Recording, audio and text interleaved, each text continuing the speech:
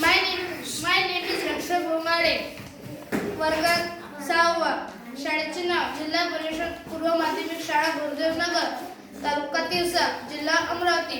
आज मी तुम्हाला एक गोष्ट सांगणार आहे. खूप दिवसा अगोदरची एक गोष्ट आहे. एक उन्हाळ्याच्या सीझन मध्ये एप्रिल महिन्यातील गोष्ट आहे. तिथे एप्रिल महिन्यामध्ये एक शाळा होती. त्या शाळेमध्ये एक मोठे आंब्याचे झाड होते. त्या आंब्याच्या झाडाला कैऱ्या येत होत्या आणि त्या शाळेतील सर्व मुलं त्या कैऱ्यांना आवडीने खात असायच्या.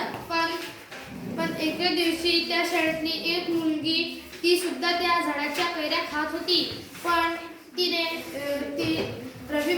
रविवारी तिच्या आईसोबत शाळेच्या मागं तलाव आहे. त्या तलावाच्या मधोमध एक मोठा दगड आहे. त्या दगडावर कपडे धुवायला गेली. ती पण तिच्या आईसोबत होती.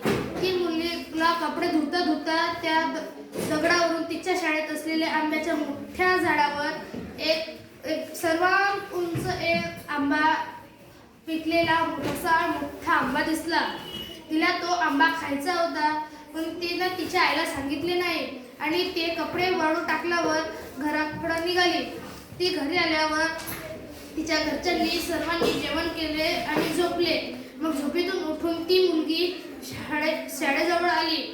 ती शाळेच्या गेटावर चढू लागली, पण गेट उन्हामुळे एवढे गरम तपले होते की तिला चढता येईना. ती खाली पडत होती.